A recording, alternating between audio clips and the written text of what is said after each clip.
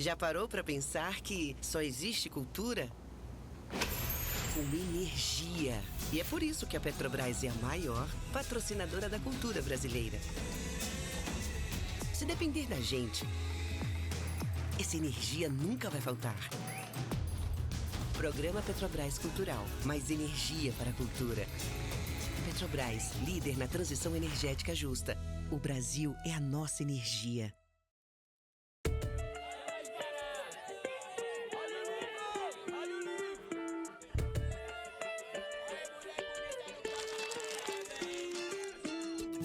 Sejam todos e todas bem-vindos à Feira do Livro 2025.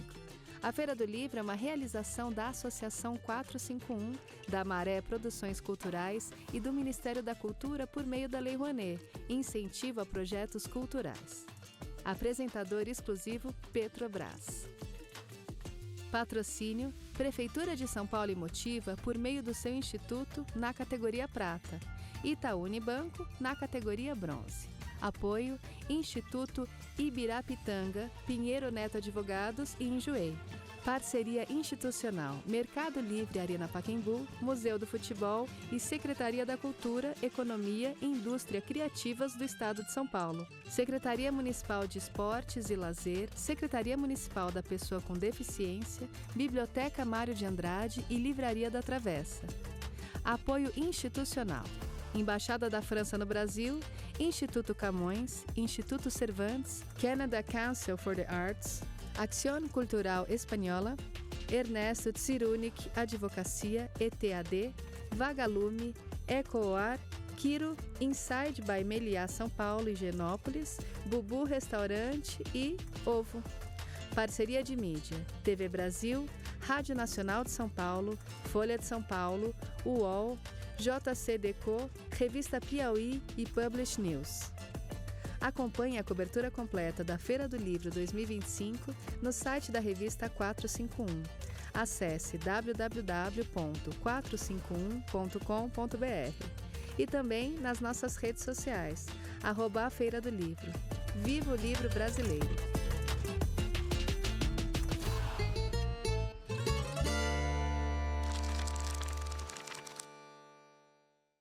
Muito bom dia, obrigado por terem vindo. Antes da gente começar, eu queria fazer um breve agradecimento aqui aos patrocinadores, o que é justo e necessário.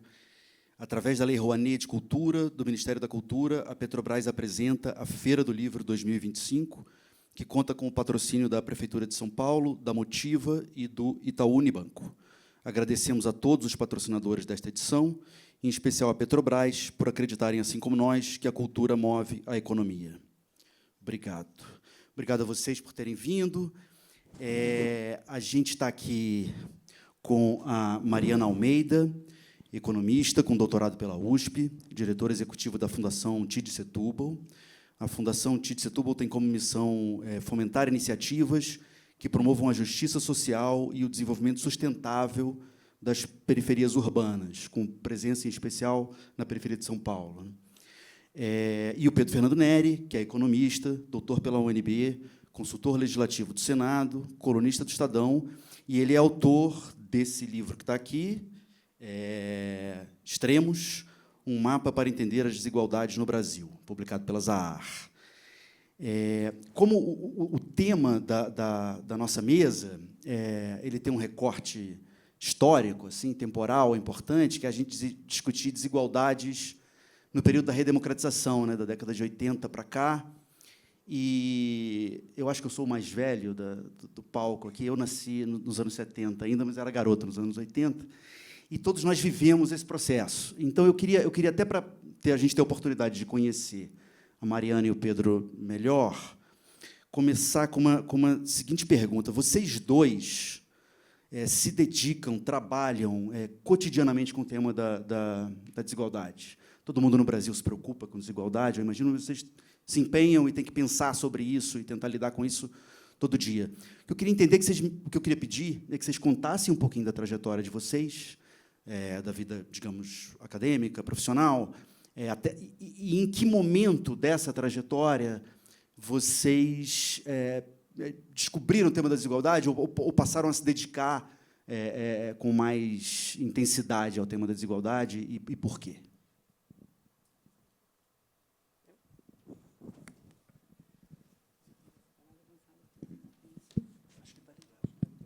Pronto. Bom dia.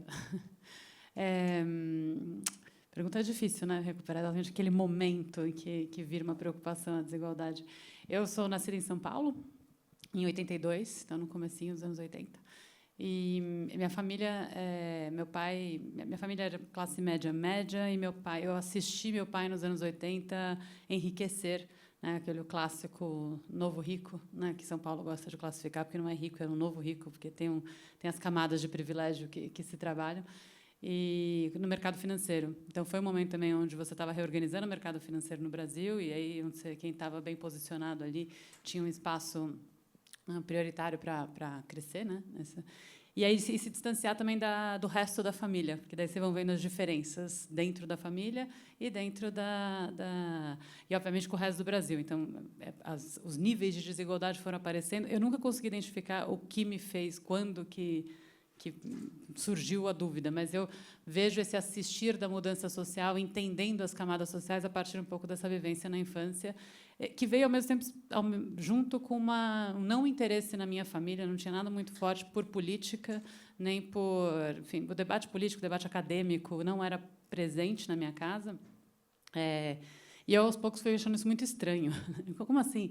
E aí, talvez, a redemocratização tenha um pouco isso, porque tinha aquele caldo que você ia vendo na escola, com alguns professores, com alguma de fazer um país melhor, né? Você tinha uma coisa, parece que tinha um clima de estar imbuído de fazer essa redemocratização, construir uma nova forma de interagir socialmente, e eu sempre me engajei com isso, mas mais individualmente, e nessa crise do não acontecer dentro de casa essa mobilização.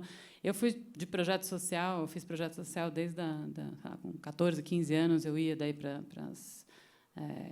dava aula de inglês em projeto social na favela. Depois, aí, minha questão começou a ser: o que vai acontecer com o emprego? Ainda não resolvi isso, inclusive, na minha cabeça. O que vai acontecer com o emprego a partir do desenvolvimento tecnológico? Foi isso que me levou a fazer economia. Na economia, eu me engajei. Meu primeiro professor de iniciação científica foi o Paul Singer, que, à época, na fundação, lá na Faculdade de Economia da USP, ele estava no processo ainda recente de organização da incubadora de cooperativas populares da USP, que aí era a ideia de promover o cooperativismo, a autogestão nas periferias. Eu falei, assim é a solução, vamos resolver a questão do emprego colocando modelos horizontais de gestão de negócios, e se todo mundo fizer isso vai dar certo. Aí eu comecei a militar mesmo, entrei na militância, fui parar em... Aí não, mas não dá para fazer só pela militância, tem que ter governo. Aí fui parar em governos, trabalhei em alguns governos. E aí, enfim, fui para a NATID há 6 anos. E, desculpa, a gente já vai vir para o Pedro, mas só porque você resumiu uma parte que eu acho super interessante. Conta um pouco para a gente da experiência de governo que você teve, dos 2 governos, né? Pelo menos. Então, eu estava...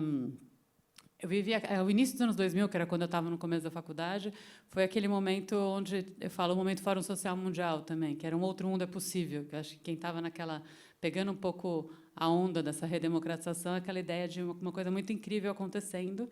E aí eu, como eu era militante, né, do movimento de economia solidária, e eu trabalhei um pouquinho na gestão Marta Suplicy aqui em São Paulo, porque o Paul Singer fez o programa de oportunidade solidária aqui.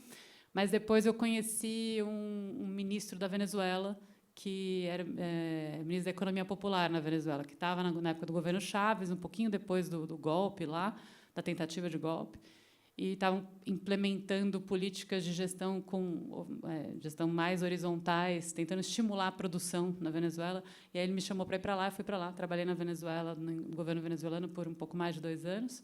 Primeiro na área de economia popular, trabalhando com cooperativas na área têxtil, mas depois eu acabei indo trabalhar no Ministério de Economia.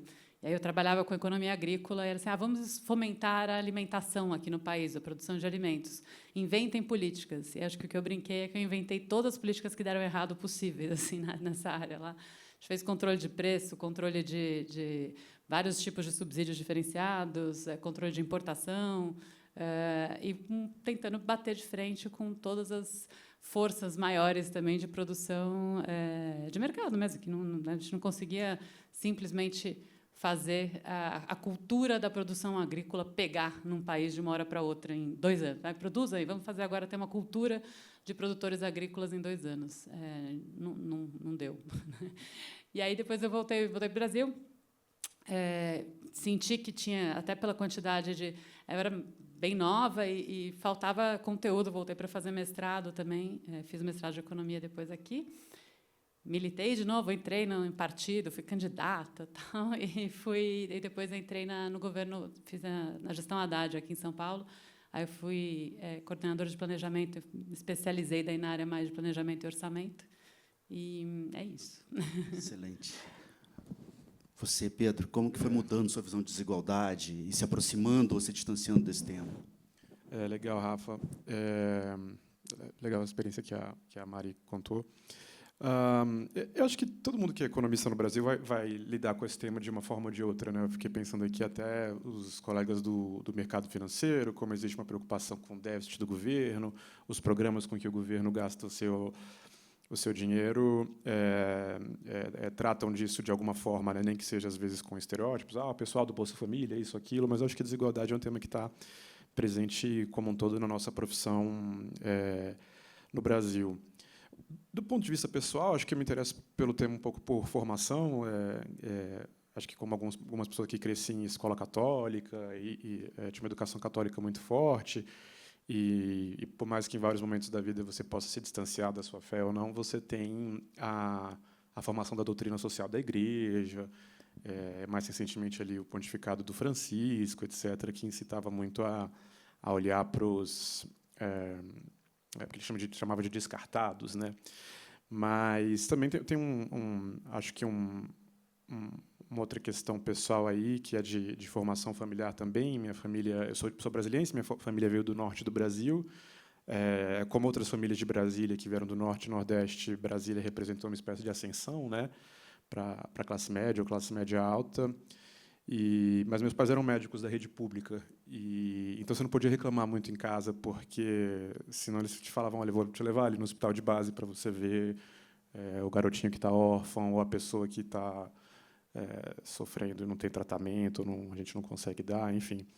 Então, eles sempre mostravam bastante que a realidade que a gente vivia não era uma realidade comum. E aí eu fui fazer economia, querendo lidar com esses temas, e também porque eu não tinha nota para passar em direito, que lá em Brasília tinha um programa de avaliação seriada, né? No primeiro e segundo ano eu não estava muito afim de estudar, e no terceiro ano eu falei: entre os cursos que eu posso fazer aqui, não quero fazer cursinho.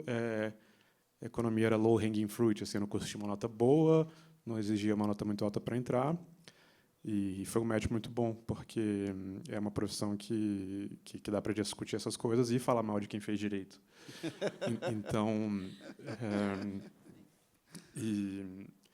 Então foi um pouco essa motivação.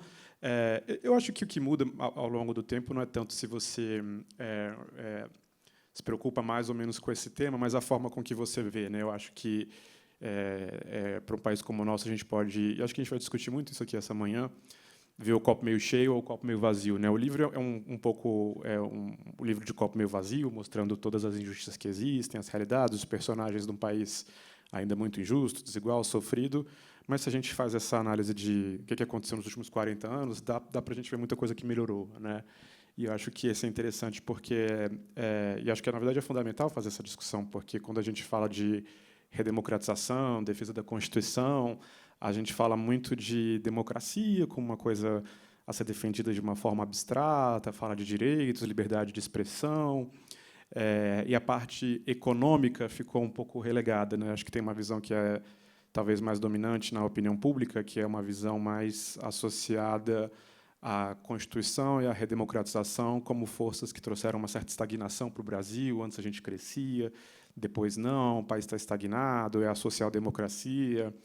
E, embora isso possa ser verdade para indicadores como PIB per capita, o fato é que tem muita coisa que melhorou no Brasil ao longo das últimas décadas, que não vão aparecer em métricas como o PIB, que podem ser celebradas. É claro que a gente sempre pode cobrar que as coisas melhorem, mas a gente vai Se a gente tem gráficos muito impressionantes assim os pontos de inflexão a partir do final dos anos 80, início dos anos 90, e não só na redemocratização, mas nos últimos anos também, os últimos 10 anos, os últimos 4, 5 anos, 3 anos, muita coisa boa sendo feita. Eu acho que é legal a gente aprender a celebrar também, ver o copo meio cheio também. Não, isso é muito bom. Então, vamos lá, vamos por partes. Vou começar pelo copo meio vazio. No seu livro mesmo, você começa também dando alguns dados que mostram, primeiro, o tamanho do problema.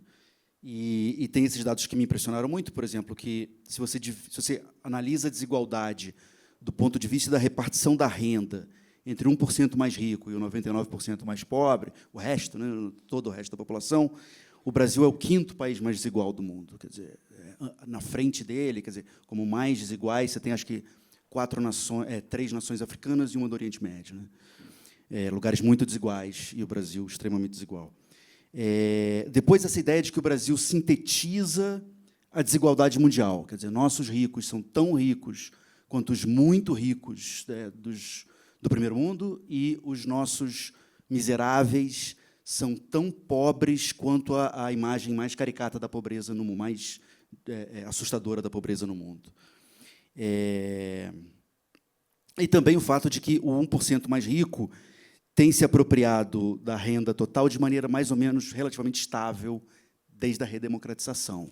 Então, eu vou fazer a pergunta preguiçosa, mas simples, que precisa ser feita para vocês dois, quer dizer, para ver a visão de vocês, que é: por que a desigualdade é tão alta e tão persistente entre nós? Ou como que a gente começa a entender por que a desigualdade é tão alta e tão persistente entre nós?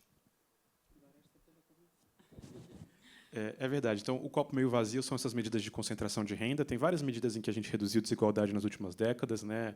Desigualdade de acesso a serviços de educação, de saúde.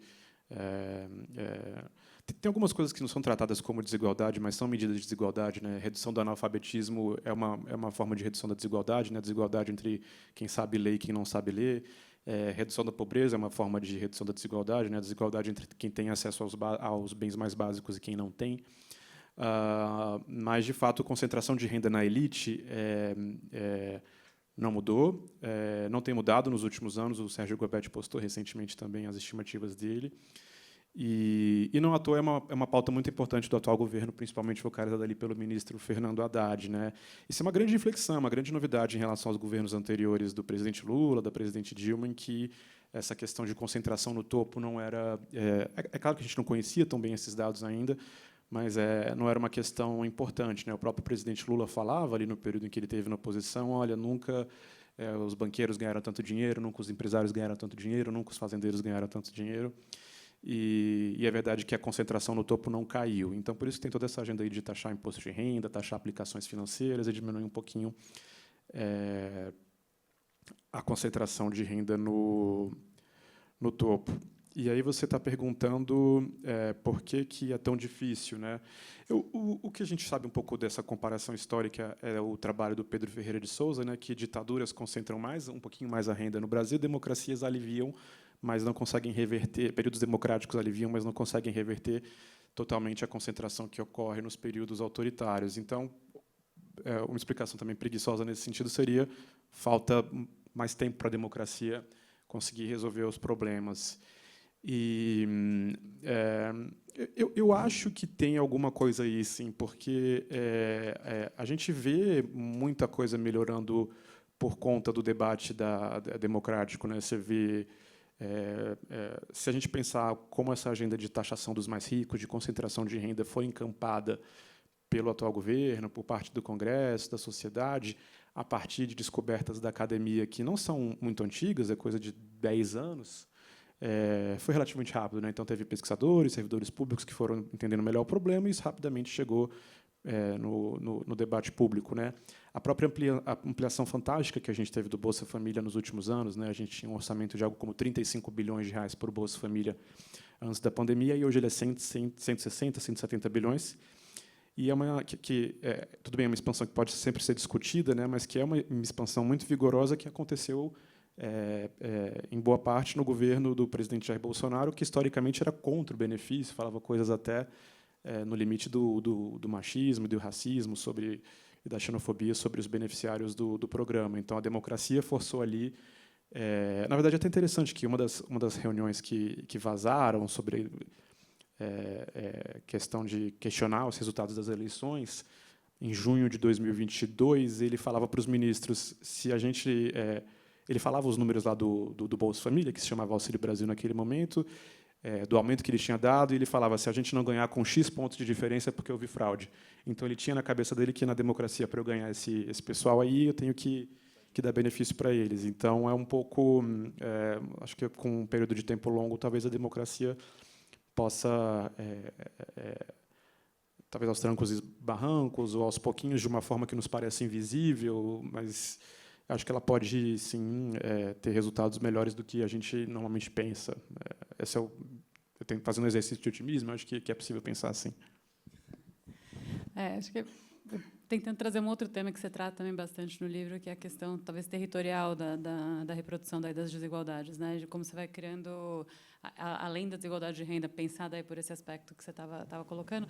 Acho que tem uma questão de como as desigualdades se manifestam na renda, mas em um conjunto de outras camadas também que determinam as condições mesmo de acesso a oportunidades, quando a gente vai falar de desigualdade de oportunidades, mas de acesso ao conjunto de construções de competências e estruturas de vida. Então, falando assim, isso. Não é só os lugares onde tem menos renda, também são os lugares onde você tem menor saneamento, menor qualidade educacional, menor acesso de mobilidade, menor...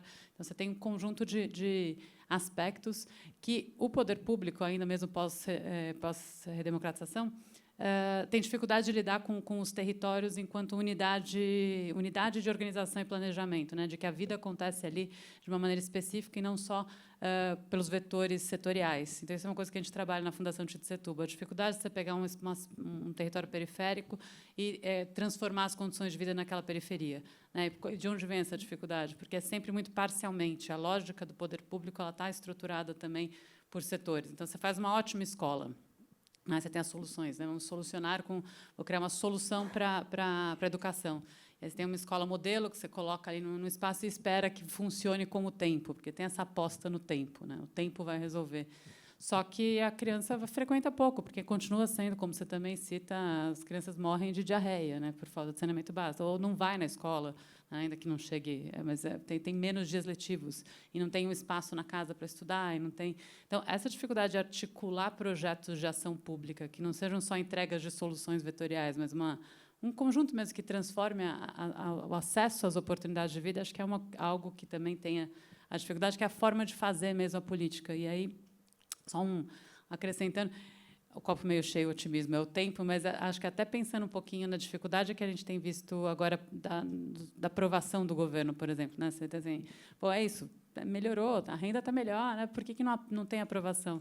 Talvez por um limite de visualização de uma real mudança, né? O que muda realmente? É muito na margem, né? Você tem uma melhorinha da renda, você tem uma melhora mas em termos de perspectiva continuam os dois mundos, né? Eu brinco muito, tem consolidando e cristalizando o mundo do grupo de pessoas que está no imposto de renda e os que estão no CadÚnico, né?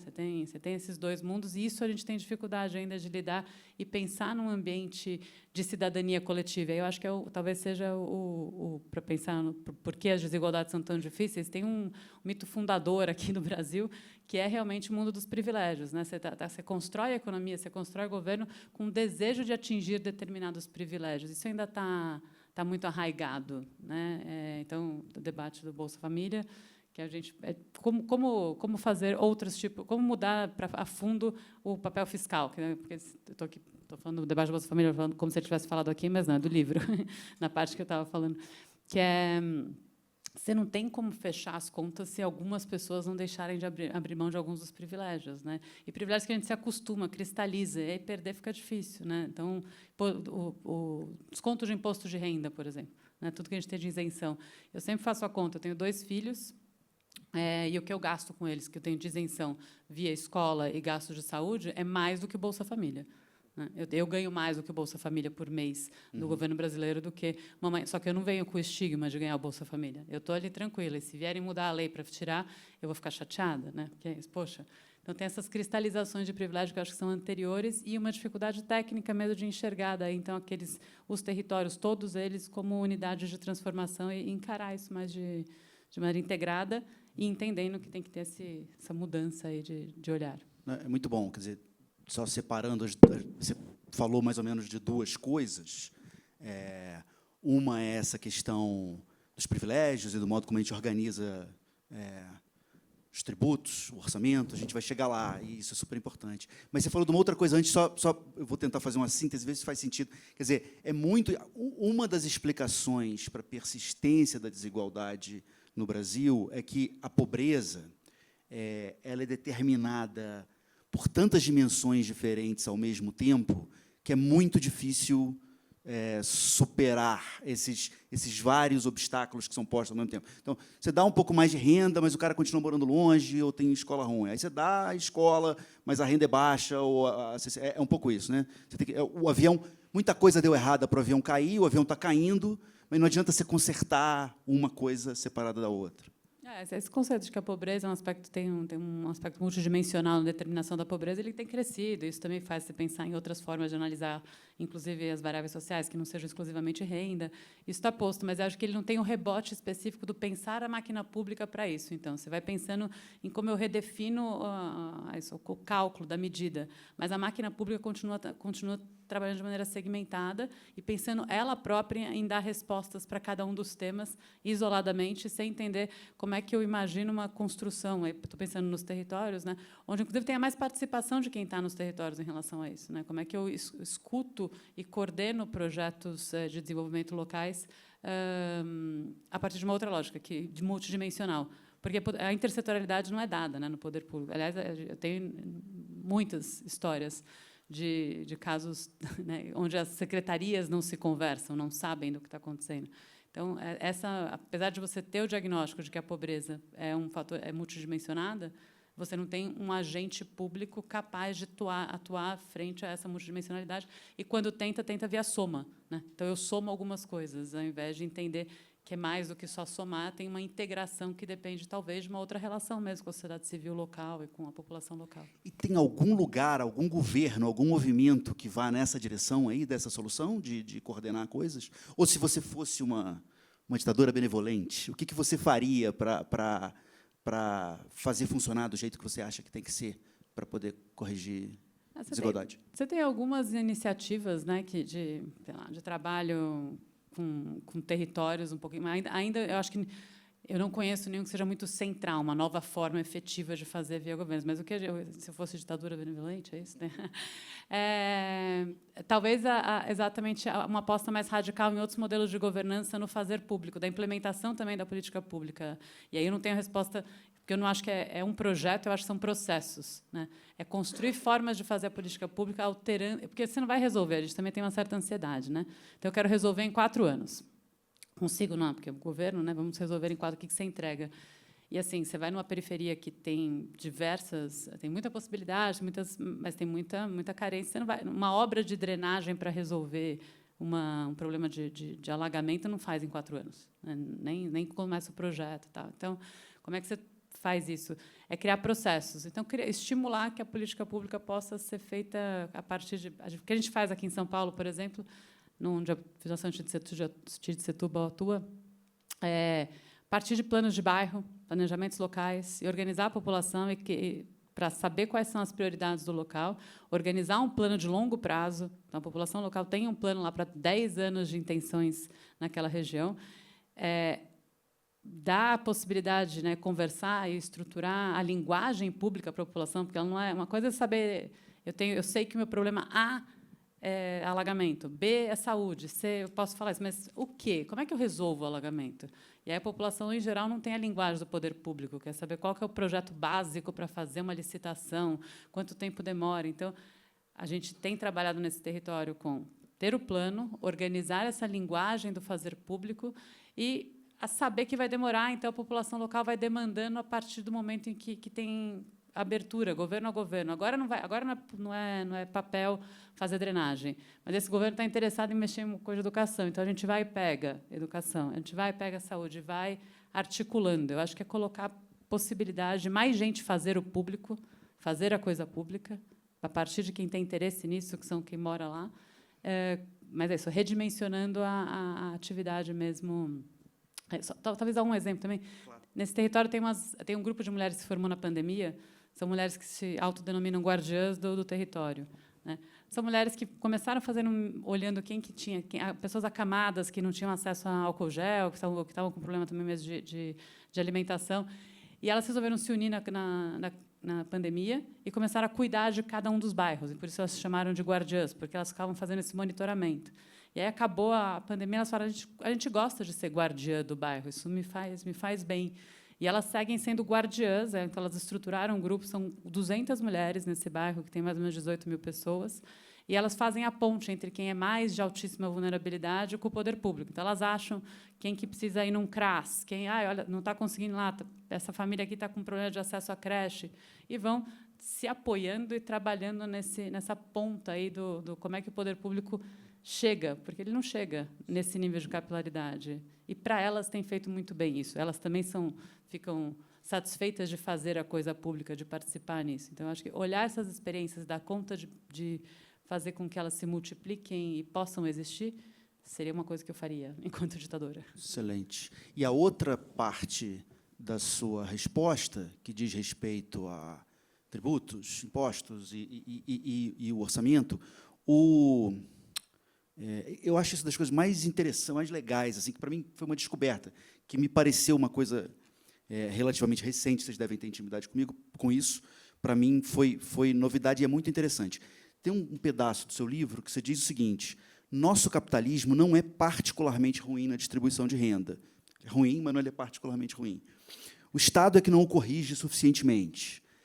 E aí você faz uma comparação entre níveis de desigualdade, e tem estudos que mostram isso, níveis de desigualdade antes da intervenção estatal, quer dizer, os níveis de desigualdade que as pessoas têm nos seus salários, nas suas rendas, por causa do mercado de trabalho, por causa do mercado de capitais, das diversas rendas que as pessoas têm, antes do Estado chegar cobrando imposto e depois fazendo redistribuição de alguma maneira, e a desigualdade que a gente tem no país depois que o Estado atua e a desigualdade que a gente tem em outros países depois que o Estado atua. Você podia explicar para a gente como é que isso funciona?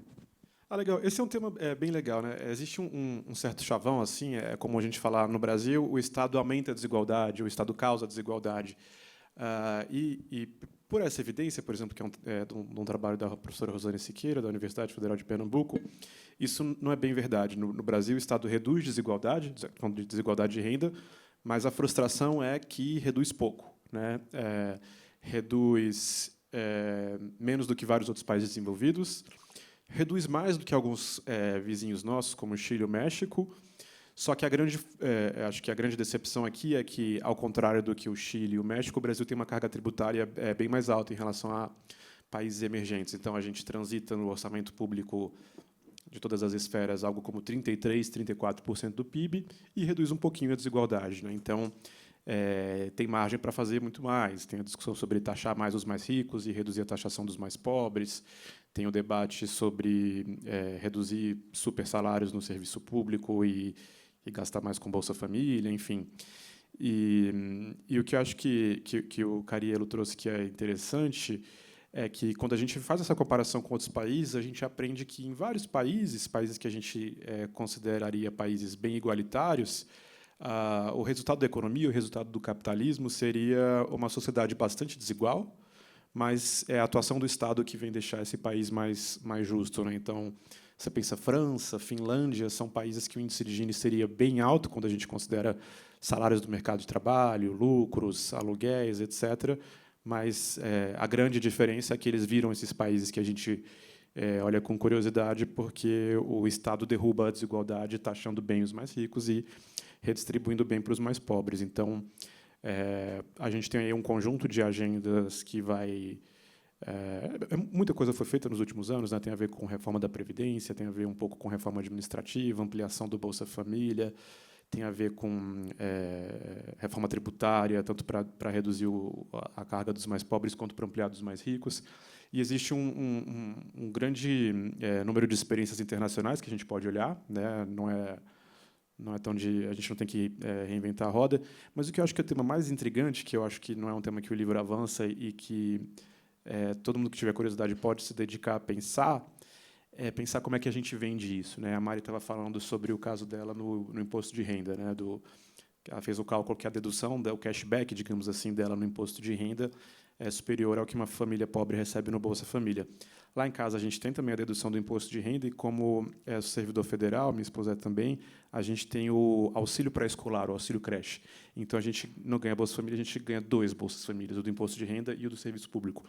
Mas a gente não chama isso de Bolsa Família, né? Então, talvez se só mudasse o nome de auxílio pré-escolar para Bolsa Família, primeira infância, como é o dos mais pobres, ou dedução do imposto de renda para Bolsa Família, porque eu vejo que tem, em outros lugares, alguns movimentos se dedicando a pensar. É quase como se a gente estivesse falando que a gente precisa de uma nova área de conhecimento que tem a ver com comunicação, alguma coisa para deixar essas ideias mais atraentes, né? A gente vê aí o esforço que é, por exemplo, do governo para explicar algumas coisas, por exemplo, gastos tributários, né, o fato de algumas empresas não pagarem muito imposto, e você começa ajudando a trazer esse debate, trazendo mais transparência. Então, a gente aprendeu outro dia que, sei lá, o iFood tinha centenas de milhões de reais de renúncia por ano nos últimos anos, porque conseguia uma decisão judicial enquadrando a empresa com o mesmo benefício que os restaurantes tinham na pandemia.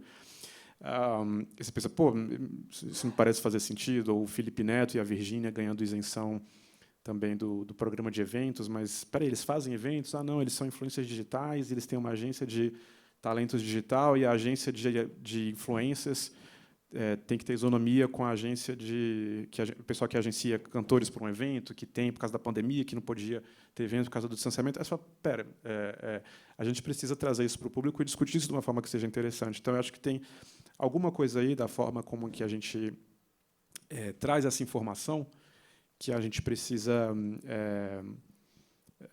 aprender mais, né? Então, eu queria convidar todo mundo que tem interesse a pensar nisso, assim, né? Como é que eu pego essas ideias e vendo melhor? Porque, normalmente, a gente pensa, traz o pessoal da comunicação. E, com todo respeito, eles não ajudam muito. Assim, eu digo, secondam os governos, porque você precisa entender um pouco também do juridiquês ali, das coisas. Então, por isso que eu brinco que é quase como se fosse uma nova área do conhecimento, porque tem alguma coisa aí, né? Como é que eu... o que para a gente talvez seja óbvio, como é que eu posso rapidamente, sem precisar pedir que alguém leia um livro grande, comece a entender, a reivindicar e tudo mais. Então, eu acho que nessa era que a gente vive da distração, do TikTok, como é que a gente transforma ideias de política pública em algo que seja fácil de compartilhar? Eu acho que é um tema assim que tem um potencial enorme, enorme, enorme. Queria te provocar num negócio que está bem dentro desse tema. Você lembrou mais cedo e voltou a falar, quer dizer, que o governo, por exemplo, o ministro Haddad tem explicitamente essa campanha, digamos assim, essa vontade, e ele comunica, falando, olha, quem ganha mais tem que pagar mais e tal, vamos tentar mudar isso. Os dados são mais recentes, agora está bem mais claro o privilégio no topo, inclusive o privilégio tributário, digamos assim. E aí, às vezes, falar o governo está indo nessa direção. Mas, assim, falando honestamente, às vezes me dá a sensação de que, sendo benevolente, esse governo é ambíguo em relação a esse tema, digamos assim, a consertar as desigualdades de tributos no Brasil, de impostos no Brasil. Porque é verdade, o ministro está tentando fazer um ajuste pelo lado da Receita, o modo para fazer esse ajuste pelo lado da Receita é cobrar de quem ganha mais, ele tem razão, segue em frente. Mas, às vezes, tem muita gente que ganha mais, e tem outros lugares em que tem gente recebendo privilégios evidentes, e a dificuldade é muito grande. A gente sabe isso. Os supersalários, gastos tributários, tem enorme dificuldade dele conseguir atacar esses problemas. Então, o que eu queria perguntar para vocês dois, que conhecem da máquina pública, é assim, qual é a economia política que explica isso?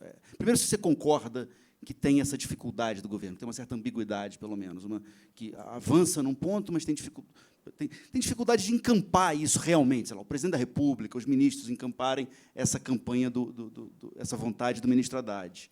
E depois, qual é a economia política que ajuda nessa persistência? Eu vou responder rapidamente antes de passar para a Mari. Eu acho que tem uma ambiguidade, é um governo de coalizão, né? Então, sempre tem, em qualquer governo federal e de outros níveis também, essa tensão entre fazenda, planejamento e outras áreas.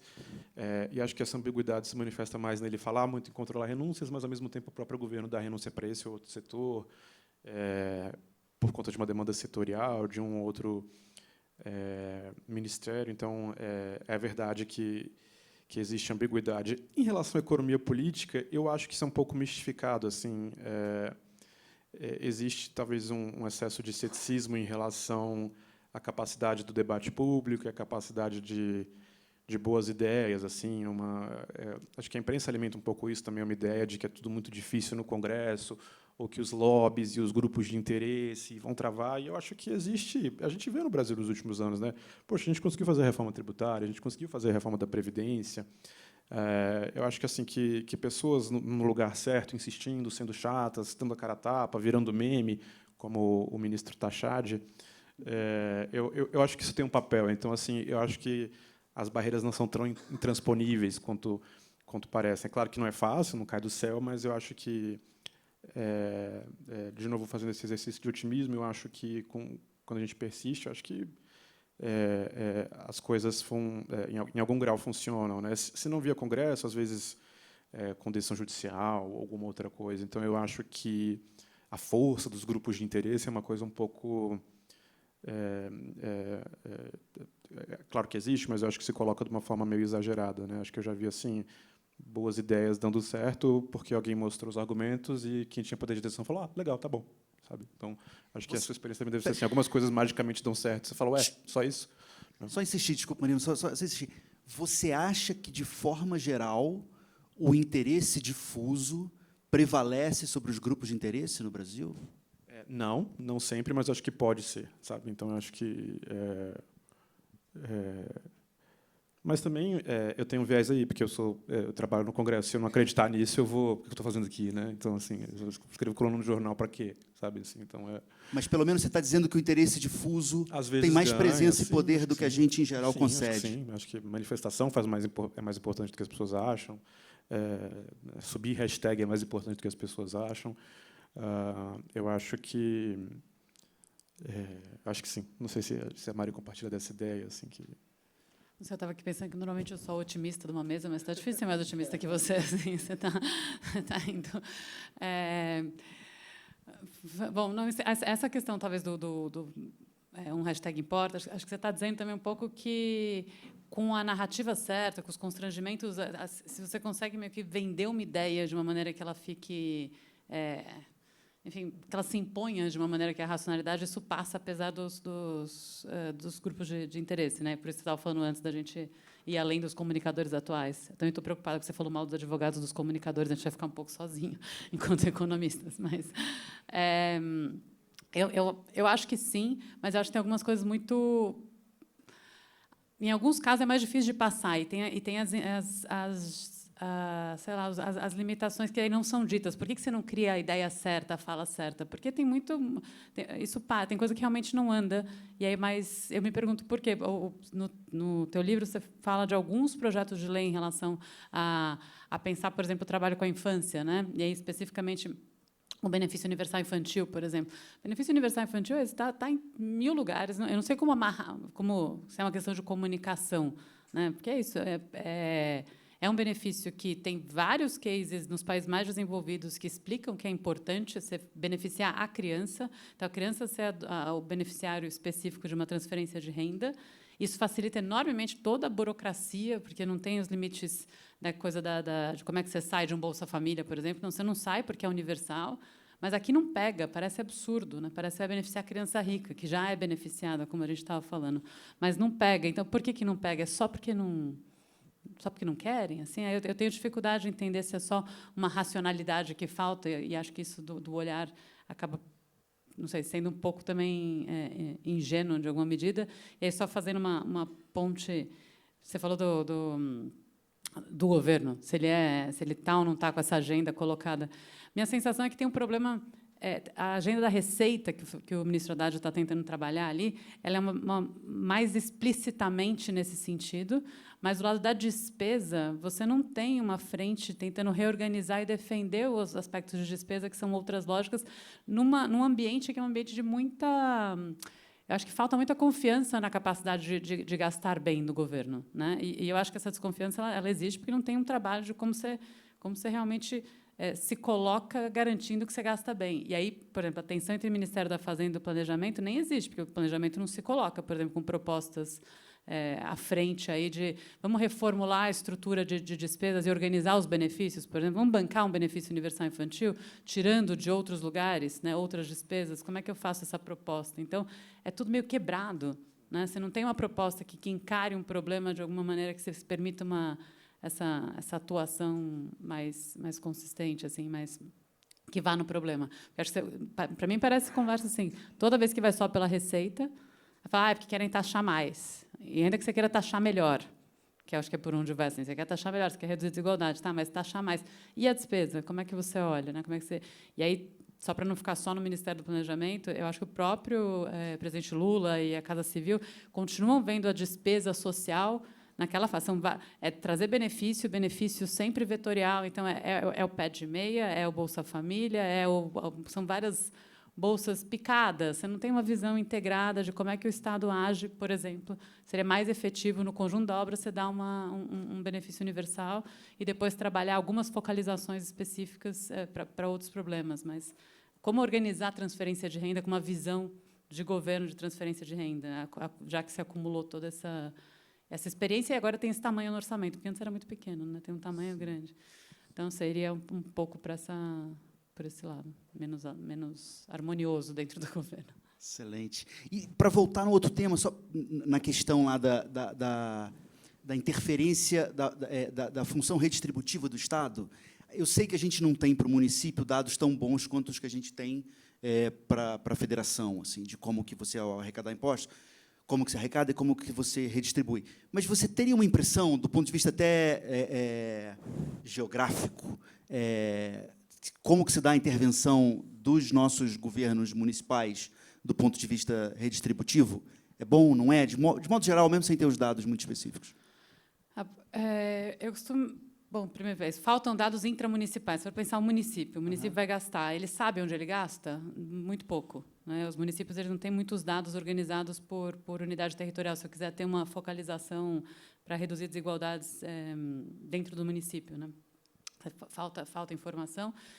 A gente, aqui em São Paulo, inclusive, fez um trabalho junto com a prefeitura, já faz 5 anos, está terminando agora o primeiro ciclo disso, de criar um índice de distribuição territorial do orçamento público, né? De você falar, olha, eu tenho lá 6 variáveis, considerando, pega as subprefeituras aqui do município, fala qual que é o número de pessoas vivendo em favela em cada subprefeitura, qual que é o número de pessoas inscritas no Cade Único, qual que é o número de famílias sem água e esgoto, faça um ranqueamento disso, e aí, a partir desse ranking, quanto que eu tenho que gastar proporcionalmente em cada lugar? Né? Então, eu tenho que distribuir mais para onde tem mais desses problemas concentrados. Né? Então, a gente criou esse índice, ele virou lei dentro do plano plurianual aqui do município, mas um dos problemas é que o município não tinha o dado para saber onde ele já estava gastando. Então, se eu quiser gastar segundo uma distribuição territorial, eu preciso comparar com onde eu já estou gastando, e esses dados não têm.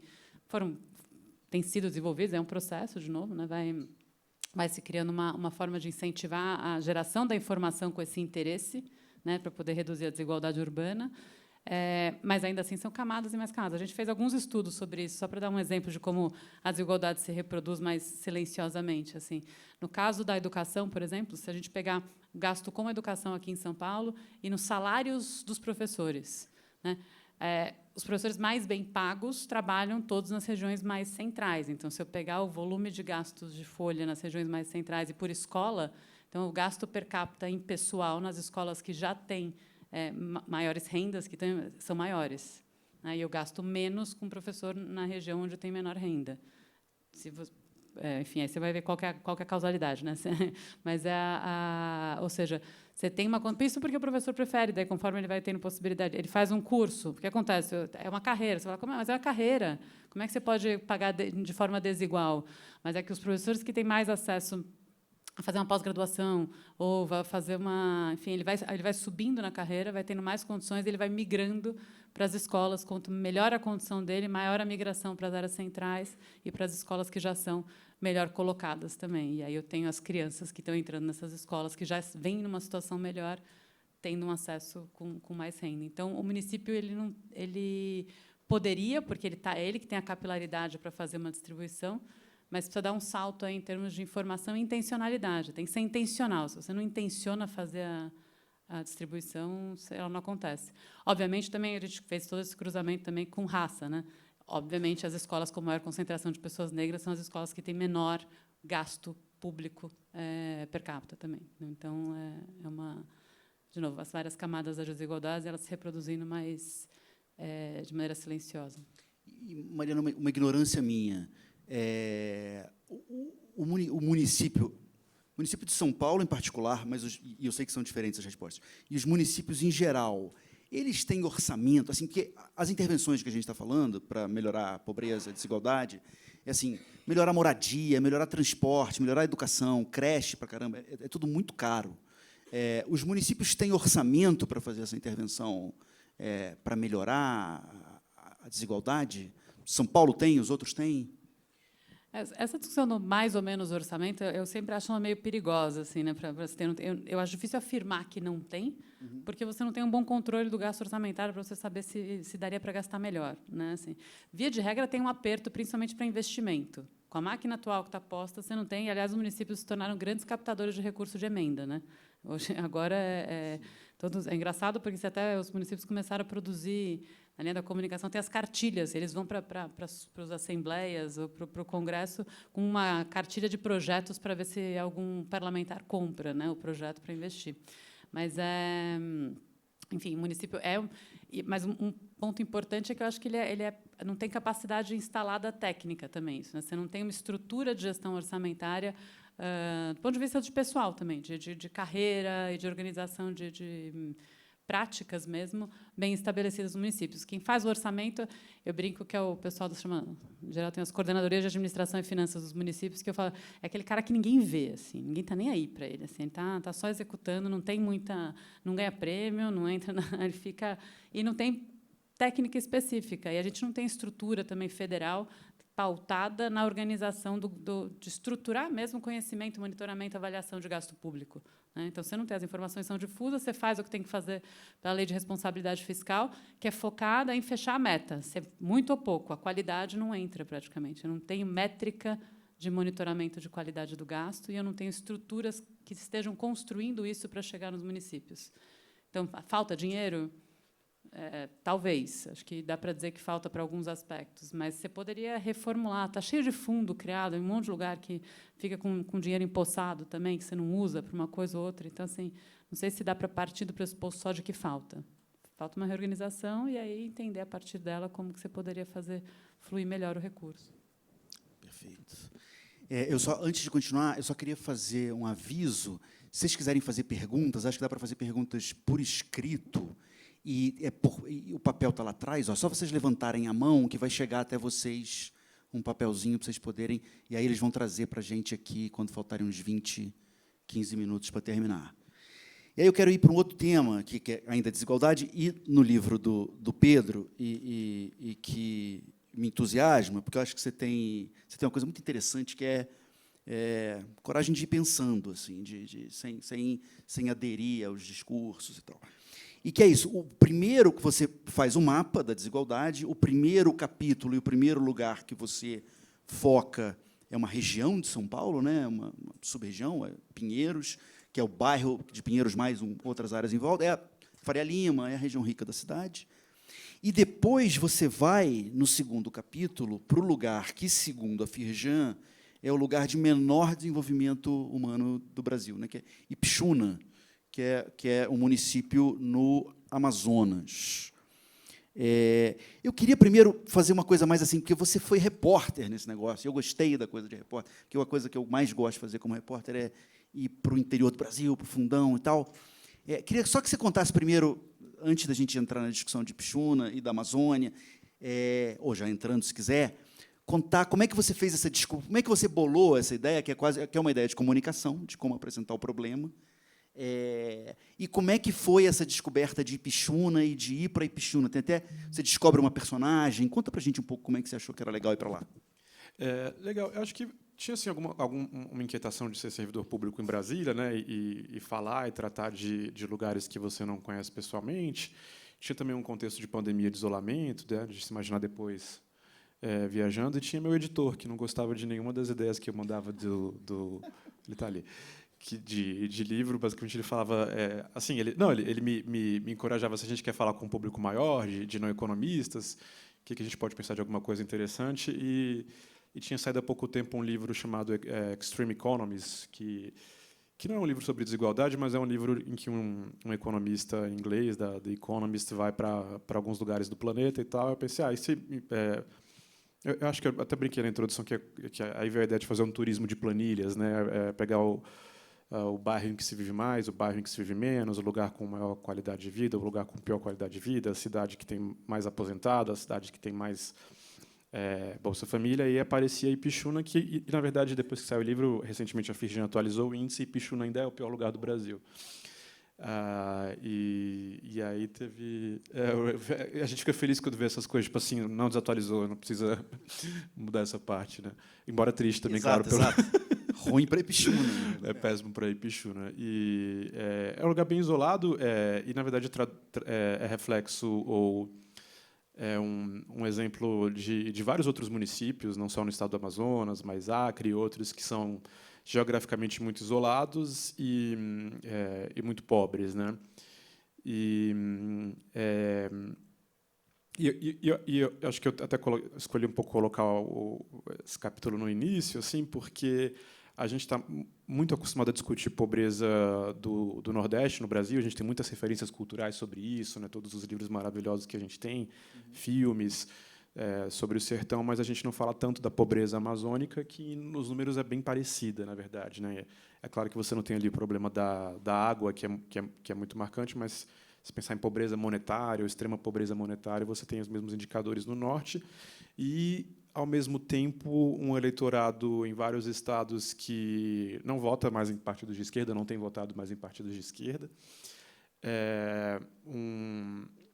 uma agenda econômica que não é decidida ali, porque a gente tem terras indígenas, áreas de preservação, muitos órgãos federais atuando ali, Ministério Público Federal, o próprio IBAMA, e é um tema difícil que está super na ordem do dia, né?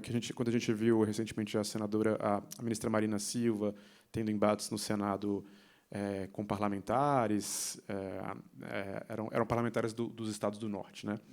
E acho que até brinquei outro dia assim que o único lugar em que talvez o único debate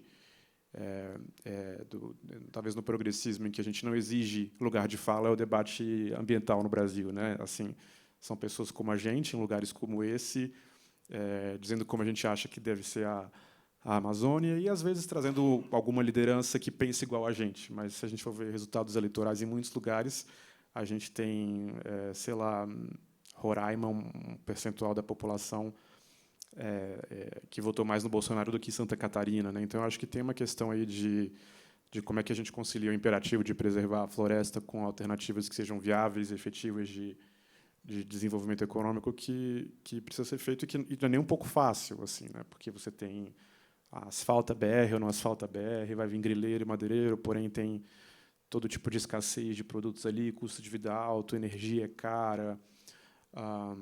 Tem algumas ideias, mas por que a gente não faz extrativismo, coleta de frutos? Mas como é que você escoa isso só de barco? Como é que isso fica competitivo? Eu acho que tem uma discussão, assim, a partir do momento que a gente reconhece, beleza, tem o problema do clima, a gente quer preservar, mas e aí? Como é que a gente faz para reduzir pobreza nesses lugares? E como é que a gente ouve essa população que não está feliz com políticas que a gente concorda aqui, né? Mas, Pedro, só explica outra pergunta básica, assim, só explica para a gente, por favor, por que a dispersão populacional e a distância e o isolamento, como que isso impacta na pobreza? Pergunta bem basicona, assim, porque essa é uma das razões, uma das causas do Norte, dessas populações na Amazônia serem proporcionalmente mais pobres, né? Nos municípios terem proporcionalmente uma parcela maior da pobreza. É um isolamento geográfico muito grande, né, em relação a tudo, né? Bens materiais, infraestrutura, conhecimento, informação. Acho que tem uma esperança legal, uma expectativa legal para manter o exercício de ser otimista, que é o avanço das telecomunicações, né? Já avançou bastante a internet e agora com Starlink ou semelhantes pode avançar mais, mas a gente está falando de lugares em que só se chega de barco, a depender da modalidade do barco, da época do ano, dias de viagem. Então, imagina a dificuldade de todo tipo de infraestrutura, ou de coisas mais básicas, às vezes, precisa de um determinado atendimento médico, só tem na outra cidade, aí tem que pegar o barco para a vida e tal. Tem gente que sussurra baixinho, assim, entre os ambientalistas e progressistas, não é uma coisa que se fala muito em público, mas é a ideia de que ninguém deveria morar ali, né? É uma área que a gente quer preservar. Houve um incentivo, talvez errado, no passado, de ocupar ou colonizar esses locais. A atividade econômica foi embora com a questão da borracha, e as pessoas ficaram. E tal, que eu acho uma ideia horrível, né? Então, assim, as pessoas vão ficar ali, né? Não tem como você tirar milhões de pessoas daquele interior. Então, como é que você desenvolve ali de um jeito pragmático? Eu acho que é uma questão importante e super sensível, assim, porque é muito fácil o argumento que eu estou colocando descambar para alguma coisa que seja de destruição total então explora enfim, mas acho que é inquestionável que... Eu acho que tem uma outra questão também aí que tem a ver com desigualdade, que é a questão também sobre quem deve recair o custo de combater a mudança climática, né? A gente tem... beleza, vamos preservar. Por outro lado, a gente vê países desenvolvidos a todo tempo não sacrificando tanto assim sobre o seu padrão de consumo. O exemplo que eu mais gosto de citar é o da Noruega, que é um país super rico já e que continua anunciando que novas rodadas de exploração de petróleo no Ártico.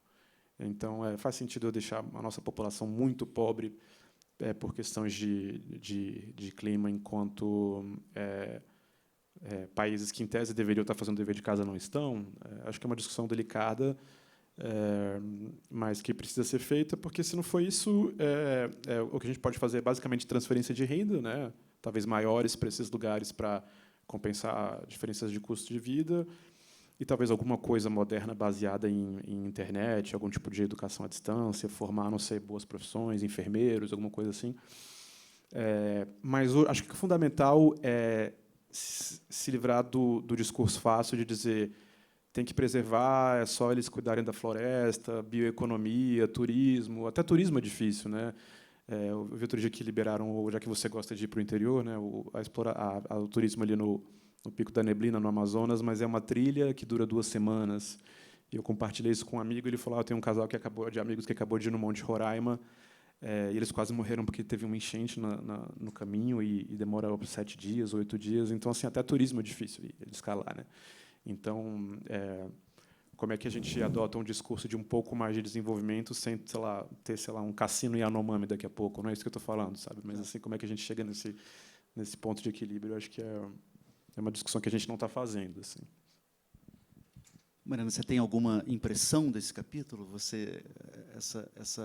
Porque o que o Pedro está dizendo assim, tem custos. Se o objetivo for preservação total, a gente vai ter custo, inclusive, em termos de pobreza e de desigualdade. Como é que você reage a isso quando você lê? Para fazer bem curto aqui, até para você poder ver. Não, a minha impressão é que, eu concordo com o Pedro, que tem que falar isso. São problemas complexos, a gente tem que lidar com a complexidade do problema, algo que é muito difícil ultimamente, né? Porque rapidamente, é muito fácil de taxar de alguém que vai passar a motosserra lá por cima deles em nome de um crescimento, né? Quer dizer, é muito travado o debate para você encarar. E aí, como é que você faz? O problema vai ou não vai fazer a exploração de petróleo? A Noruega está fazendo. Eu acho que tem um debate inicial, que é poder falar sobre isso. E depois, então, esse primeiro ponto, eu acho que a gente tem muita dificuldade de não cair para... Mas você é de esquerda ou de direita? Como assim, né? Quem é você? Você vai ser de onde você encaixa essa sua proposta? Eu quero encaixar, pendurar ela em algum lugar que eu já conheço, né? E eu acho que a gente precisa de respostas que não penduram no que eu já conheço. Então, essa é uma dificuldade. E a outra é o que você falou sobre quem faz esse debate, né? Voltando para o que eu estava dizendo lá atrás, eu acho que tem que repensar a elaboração da política pública, o fazer da política pública. Eu sei que isso é árido, mas é imaginar mesmo quem que participa dessas construções, assim, não só com uma consulta, mas entendendo. Você vai gastar tempo para fazer um processo informativo e construtivo com essas populações para entender. E aí? O que dá para fazer? Vai ficar aqui? Não vai ficar aqui? Vai se ficar? Qual que é o limite do que se quer? E que não é só reproduzir também o padrão do que é não pobreza que se tem no Sudeste. Quais são os bens de consumo desejáveis de fato? Qual que é o padrão de vida que se espera nesses ambientes? Tem um padrão de vida único, né? Então tem uma visão também de desenvolvimento que é uma visão de desenvolvimento muito unidirecional, muito padrão que a gente precisaria também repensar. E isso é muito, vale dizer, muito focado numa visão, né, colonial, branca, de que é isso, a gente tem daqui, quer chegar aqui. E se a gente esticar um pouquinho essa corda, incluindo outras figuras na conversa, imaginando outras formas também de pensar a função pública, talvez fosse menos travado. Mas é árido. Para a gente que está o tempo inteiro estudando métrica, tal, meta, fica meio... E pensando alto, talvez seja o debate mais polarizado que a gente tem no Brasil hoje, no sentido de que tem um grupo que defende quase que não se faça nada, a preservação a todo custo, e tem um grupo que fala, passa aí a motosserra, e vota, às vezes, e consegue, às vezes, avançar nessa direção. Eu queria fazer mais uma pergunta nesse tema, porque veio uma pergunta da plateia, que é como criar políticas públicas que defendam os recursos naturais da Amazônia e promovam emprego e renda. E aí o que eu queria te perguntar, Pedro, se você tem alguma coisa, porque eu imagino, você fala no livro do tempo, da dificuldade que é o transporte fluvial, e que então não é tão absurdo pensar em algumas soluções de transporte rodoviário. E se você tem, eu sei que está imaginando coisas aqui, a gente não tem, mas de que maneira seria possível conciliar transporte rodoviário com preservação da floresta? Você já parou para tentar imaginar isso? Eu não sei como, mas eu acho que a gente não pode se contentar com não fazer. Então, digamos que as duas opções que estão... Agora, a questão aqui não é necessariamente de Pichuna, mas fala muito sobre a questão de Manaus, né, da conexão terrestre de Manaus. Asfalta ou não asfalta? Se asfaltar, vai vir os grileiros, os madeireiros, os pecuaristas, ou, se não asfaltar, vai ficar condenada a região para sempre à pobreza, né? Eu acho que alguém... tem que achar alguma solução, nem que seja um arcabouço diferente para o que vai ser aquela estrada, se ela for existir, né? Então, olha, vai ser uma estrada, sei lá, que vai ter uma própria força policial ou algum outro tipo de vigilância, não sei. Estou especulando aqui que a gente tem que pensar em alguma outra coisa que faça sentido ali. Agora, política pública que pode ser feita para preservar. Eu acho que assim a gente já tem algumas ideias, né? Se discutiu por um determinado momento de tempo programas como Bolsa Verde, Bolsa Floresta, que era a ideia de ter transferências de renda condicionada à preservação de um determinado território, mas algo muito ínfimo em termos de orçamento. Talvez a gente pudesse pensar em larga escala e com cooperação até internacional. Olha, a gente não vai desmatar aqui, mas isso tem um custo e essas pessoas não precisam arcar com esse custo sozinhas, né? Então, essa é uma questão. A gente pode pensar também em algum tipo de polo de educação, já que tem essa coisa maravilhosa da internet a satélite hoje em dia, que funciona, sei lá, você pode ver Netflix se você tiver antena em qualquer lugar. Porque, assim, no mundo todo tem lugares que não vão se desenvolver necessariamente, que parte da população vai sair ali, ficar mandando remessas de dinheiro para a família e, eventualmente, voltar, como sei lá, a América Central com os Estados Unidos. Então, a gente pode pensar em... Olha, vocês não vão ter aqui a vida dos grandes centros urbanos, mas você pode se formar enfermeira e trabalhar em Manaus, ou em Belém, ou em Brasília, e mandar dinheiro para a sua família, e eventualmente voltar e ter um negócio aqui. Mas acho que é importante, como você está trazendo, a gente ficar pensando no realismo, porque é muito comum, e acho que a Maria também já deve ter percebido isso, essa discussão acabar com alguma coisa, não, a bioeconomia, e aí a pessoa vai embora. Mas bioeconomia o quê? Como é que vai descobrir as coisas? Como é que vai trazer cientistas para cá? Como é que você vai exportar? O custo da energia é muito alto, o custo de trazer a produção de fora é muito alto. E as pessoas, com todo respeito, assim, elas se acham modernas, inteligentes, falando, não, a bioeconomia, e você vai ter uma coisa ali maravilhosa que vai misturar tecnologia, ciência, preservação do meio ambiente e combate à pobreza e cadê, né? E eu acho que a ideia que me parece mais interessante é algum tipo de indenização para a gente pensar não para os próximos 4 anos, mas para as próximas décadas. Olha, aqui tem um custo, eu quero preservar a floresta, vou sancionar essa população a não desenvolver, vou embargar quase o desenvolvimento de algumas atividades aqui, mas eu vou transferir renda para compensar esse custo, para as pessoas não passarem fome, terem acesso às coisas mais básicas e tal. Mas acho que é muito importante a gente salientar isso, né? Tem regiões do norte do Brasil que são mais pobres do que regiões do sertão do Nordeste, em pobreza monetária, pelo menos. Vou fazer mais uma perguntinha da plateia, no outro tema, mas para tentar fazer algumas, não vai dar para fazer todas, gente. Essa pergunta é interessante. Qual é o papel do debate sobre política monetária no combate às desigualdades? Dá para ampliar para além de política monetária, se quiser pensar responsabilidade fiscal, a macro nossa do dia a dia, isso tem impacto na desigualdade? De que maneira? Bom, acho que tem esse é outro debate que eu acho que a gente acaba ficando também muito no fla-flu, assim, dos temas de se o problema é o pagamento de juros altos ou versus então, se resolver, você já vai, se a gente tivesse um choque de juros para baixo. Tem um debate na política monetária brasileira que é por que os juros no Brasil são tão altos, né? Isso tem eles são, claro, não é por causa da política fiscal. Tem outros países que têm igual nível de endividamento ou similar nível de endividamento que não necessariamente tem um patamar de juros como tem o do Brasil. Mas fato é que o Brasil está nesse patamar de juros, a gente não se move muito dele com facilidade. Acho que o último grande momento em que vimos isso foi no final do ano passado para esse, quando você teve ali o anúncio da taxação não, da isenção de R$5.000 e que foi um rebuliço no mercado financeiro. Você teve aquela alta do dólar e quando a gente foi ver 14,75 de novo na taxa de juros.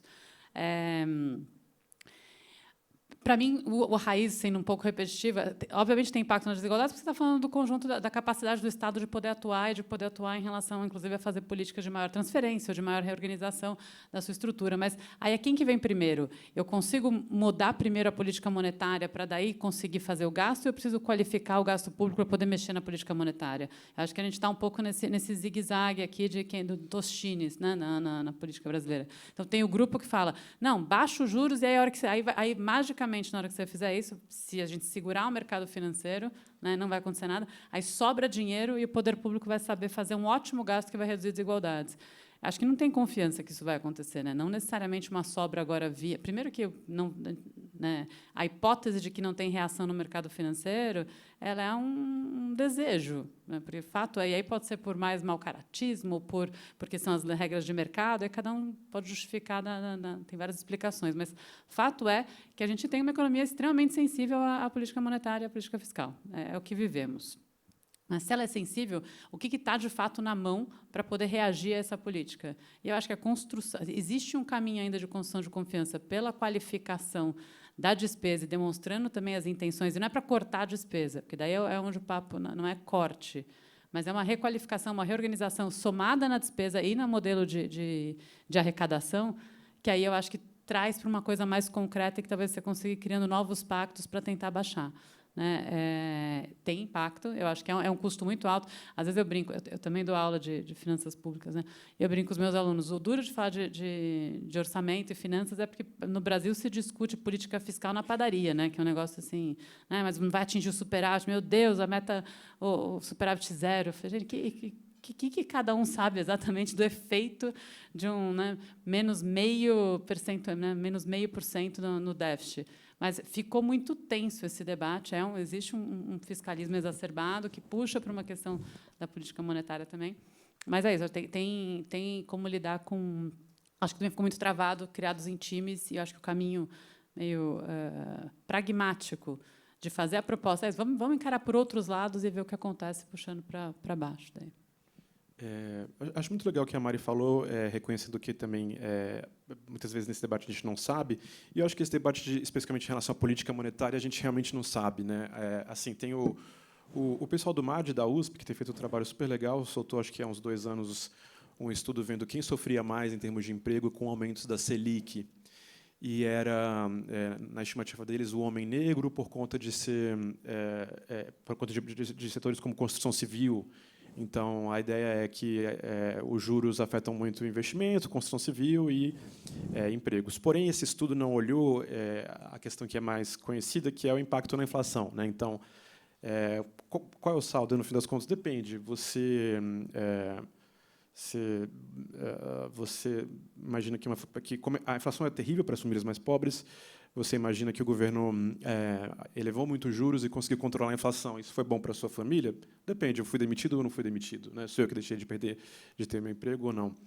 Mas o que a gente pode olhar assim, em retrospectiva é que, a partir do momento que a gente teve o Plano Real e o choque de juros dos anos 90, ali, de fato, a gente observa uma queda grande na pobreza. Então, parece que o que a gente não pode, em relação à redução dos juros, é chegar num nível de inflação muito acelerada, né? Agora, qual é o nível, o patamar da taxa de juros que provoca uma dinâmica que vai virar uma bola de neve de inflação, a gente não sabe. Mas eu acho que não é à toa que os economistas têm muito cautela com esse tema, né? Porque a gente vê Venezuela, Argentina, como a inflação pode ser muito ruim para os mais pobres, embora, claro, exista uma preocupação muito legítima em ter juros muito altos, tanto porque os mais ricos estão ganhando muito dinheiro, como porque a atividade econômica mais intensiva em emprego pode ser prejudicada. Perfeito. Quero fazer uma última perguntinha para vocês dois, que é a seguinte. Pedro registra lá no livro dele que o Brasil está entre os 5 países mais desiguais do mundo em distribuição de renda nesse momento. Supondo que a gente viva bastante, vocês acham que a gente ainda vai ver, no nosso tempo de vida, o Brasil fora do top 10? O Brasil... Eu acho que sim, mas eu acho que é possível, mas, já que eu fui muito otimista, terminar com uma nota de pessimismo, teve um estudo que eu acho muito interessante, que foi feito para a China, que foram ver as famílias que eram ricas antes da Revolução Comunista e onde elas se posicionavam ao longo do tempo na distribuição de renda. Então, teve lá um expurgo, a Revolução Cultural, essas famílias saíram da elite, continuam um tempo fora da elite, mas já no início dos anos 2000, elas já estavam de volta ao topo. Então, é um resultado intelectualmente muito interessante, porque faz a gente pensar, peraí, houve literalmente uma ditadura comunista, né, bateram e os caras voltaram, né, assim, a topeira voltou, assim. E o que é? É conexões familiares, é algum tipo de hábito de capital humano que é passado de geração em geração. E acho que a mensagem aqui seria: desigualdade pode ser muito persistente, né? Mas eu acho que um patamar mais civilizado, mais equilibrado, eu acho que em algumas décadas é possível, né? Acho que a gente tem caminhado nessa direção. E a gente tem muitos concorrentes aqui na América Latina, então a gente pode sair do top 10 às custas dos nossos vizinhos, assim. Tem gente que pode piorar mais do que a gente, é isso, essa é a visão. A gente sai dos 10 porque tem gente que piora. Não, eu acho que tem uma aceleração muito grande do que está acontecendo do ponto de vista econômico, aí pensando mais em termos globais mesmo. Acho que tem algumas coisas que estão acontecendo na fronteira aí do desenvolvimento econômico que tornam mais difícil responder a tua pergunta. Assim. Então, eu sou do grupo que, quando vê o que está acontecendo dentro de inteligência artificial, se preocupa bastante do que vai acontecer, por exemplo, em termos daqui a 10, 20 anos, porque vai ter mudado muito, me parece, a distribuição, seja do mercado de trabalho, seja do processo internacional, mesmo de geração de valor. E aí eu não sei o que acontece com a gente, que está tentando lidar ainda com saneamento básico, como é que a gente vai reagir a isso. Eu acho que vai ter uma aceleração de mudanças que a gente vai assistir. Não sei se vai ser se seria no sentido de nos tirar do topo. Eu acho que tem... Aí o lado otimista dessa visão é que acho que muita coisa vai mudar. Eu acho que tem mudanças que estão acontecendo de maneira acelerada. Toda essa também bagunça geopolítica que a gente está assistindo também, eu acho que vão deixar consequências significativas. Aí estou falando, né, da alteração do papel dos Estados Unidos internacionalmente, do modelo China aí cada vez mais forte. Então, acho que alguma coisa pode acontecer. Não sei se a gente vai resolver. O que eu sei, que eu cheguei à conclusão um pouquinho depois de, né, Venezuela, tal, é que transformações com justiça social mesmo, que você fala, nossa, agora, no meu tempo de vida, eu acho que, infelizmente, a gente não vai ver. De olhar e falar, estou super satisfeita com a situação onde vivo. Mas, quem sabe, em processo de melhoria. Muito obrigado, gente. Estouramos o tempo. Obrigado a todos. Obrigado a vocês dois, viu? Valeu. Já parou para pensar que só existe cultura com energia? E é por isso que a Petrobras é a maior patrocinadora da cultura brasileira. Se depender da gente, essa energia nunca vai faltar. Programa Petrobras Cultural. Mais energia para a cultura. Petrobras, líder na transição energética justa. O Brasil é a nossa energia. São Paulo é arte, cultura e criatividade, com mais de 200 espaços culturais da Prefeitura de São Paulo em todas as regiões da cidade. E grandes eventos, como a Virada Cultural, que em 2025 reuniu cerca de 5 milhões de pessoas. Neste ano, a Secretaria de Cultura e Economia Criativa já promoveu mais de 5 mil atrações gratuitas e 319 milhões de reais foram anunciados em editais de fomento. Isso é São Paulo, cidade de todas as artes. O brasileiro não sabe ser pequeno. É da nossa natureza mover a vida como gigantes. Por isso, a CCR, maior empresa de infraestrutura e mobilidade do Brasil, está movendo a sua marca para um novo momento. A CCR agora é Motiva. Mais do que estradas, trilhos e aeroportos movendo o Brasil. Uma marca que já nasce gigante, como você. Motiva. Você nos move.